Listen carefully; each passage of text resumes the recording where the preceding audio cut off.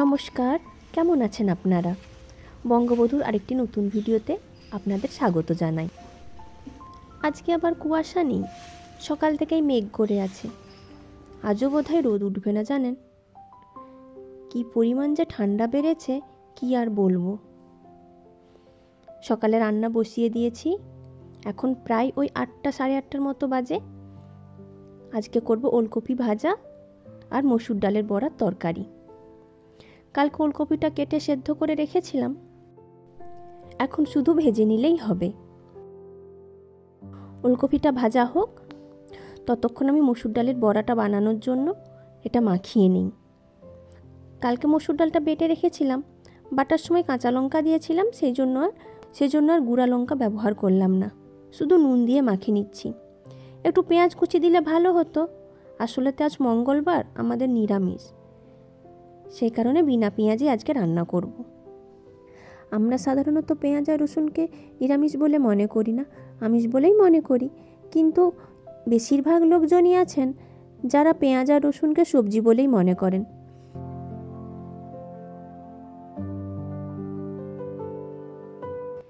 এই দিকে আবার আপনি বাইরে কিছু খাবার খেতে গেলে, শনিবার হোক বা বৃহস্পতিবার হোক বা মঙ্গলবার হোক, যেই দিনই হোক, আপনাকে মাথা থেকে বের করে দিতে হবে পেঁয়াজ রসুনের কথাটি, নাহলে আপনি বাইরে গিয়ে কিছু খেতেই পারবেন না।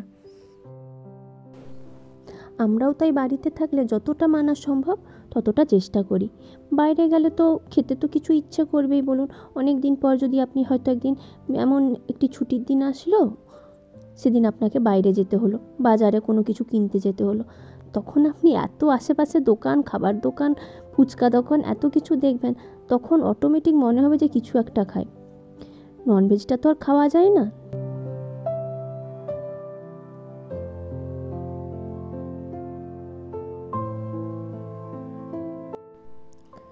দুঃখের কথা একটা কি বলবো জানেন তো, এইদিকে ফুচকা আপনি মনের মতো পাবেন না। আমাদের মেদিনীপুরের ফুচকা তো আমি অনেক খেয়েছি, ওইখানে ফুচকার যা স্বাদ কোথাও আমি খাইনি। সত্যি কথা বলতে কি, এখানে যদি আপনি বাইরে বেরোনো, ফুচকা দোকান আপনি অনেক দেখতে পাবেন, কিন্তু কোনো দোকানের স্বাদ আপনার মনের মতো হবে না।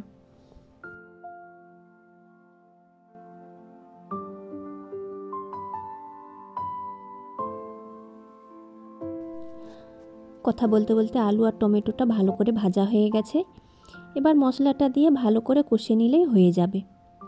মশলা কষতেই তো সময় লাগে, বলুন। মশলা কষা হয়ে গেলে রান্না প্রায় শেষ। রান্নাঘর থেকে আওয়াজ পেয়ে দৌড়ে বেরিয়ে আসলাম আপনাদেরকে দেখাবো বলে। দেখুন, ওই যে ঝাড় দিচ্ছেন একজন, উনি রোজ এই পুরো সোসাইটিতে ঝাড় দেন। অনেক বড় সোসাইটি, প্রায় অন্তত 2 থেকে 3 ঘন্টা লাগে। আরেকজন আছেন ওই নোংরাগুলিকে তোলার জন্য, হয়তো উনি আজকে আসেননি, ওই জন্য বেচারি একাই করছে।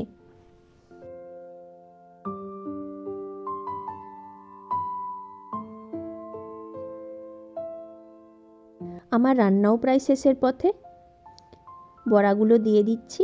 এবার ঝোলটা ভালো করে ফুটে একটু কমে গেলেই নামিয়ে দেব। চলুন তাহলে, আপনারা ভালো থাকবেন, সুস্থ থাকবেন, সবার খেয়াল রাখবেন। দেখা হবে পরের দিন আবার একটি নতুন ভিডিও নিয়ে। আমার ভিডিওটি কেমন লাগলো আপনারা অবশ্যই কমেন্টে জানাবেন, ভালো লাগলে শেয়ার করবেন।